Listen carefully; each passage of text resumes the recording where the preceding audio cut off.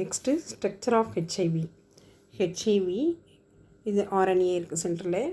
அந்த human immunodeficiency virus belong to the genus lentivirus. இது எந்த ஜீனஸ் சேர்ந்தது அப்படின்னா lentivirus. when observed under the electron microscope பார்க்கும்போது ஸ்பெரிக்கல் வைரஸ். இது வந்து spherical virus containing 120 nanometer diameters containing dense core surrounded by lipoprotein envelope. இதனுடைய envelope வந்து என்னென்னா லிபிட் பைலேயராக லிப்போப்ரோட்டீனால் சுற்றி என்னதுன்னா லிப்போப்ரோட்டீன் என்வலப்.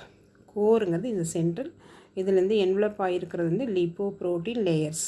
இந்த லேயர்லையும் இது வந்து லிப்போப்ரோட்டீன் லேயர்ஸ். இதில் வந்து கிளைகோப்ரோட்டீன்ஸ் அப்படி கூட ஸ்பைக் முள்ளு முள்ளாக இருக்கு இல்லையா, அந்த முள்ளு முள்ளா இது வந்து ஸ்பைக்குன்னு சொல்லுவாங்க. கிளைகோப்ரோட்டீன்ஸ் 41, கிளைகோப்ரோட்டீன் 122.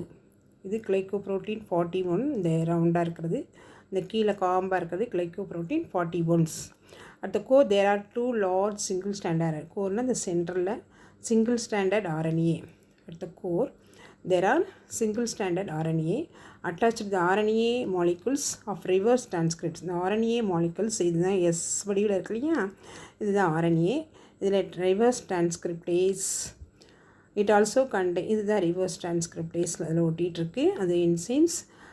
இதை தவிர ப்ரோட்டியோஸ் ரிபோநியூக்ளியோஸுங்கிற என்சைமும் இருக்குது. இந்த core is covered capsid made of protein. இந்த கோரை வந்து ஒரு ப்ரோட்டீன் கவர் ஆகிருக்கு, கேப்சீட். இந்த ப்ளூ கலரில் இருக்கு இல்லையா, இது வந்து கேப்சீட் ப்ரோட்டீன்ஸ். அதை சுற்றி இன்னொரு லேயர் இருக்குது, அது மேட்ரிக்ஸ் ப்ரோட்டீன். இது கேப்சிட் ப்ரோட்டீன், இது மேட்ரிக்ஸ் ப்ரோட்டீன்ஸ். இது லிபிட் பைலேயர் லிப்போ ப்ரோட்டீன். அதில் தலையில் அப்படி குண்டு ஸ்பைக்ஸ் இருக்குது.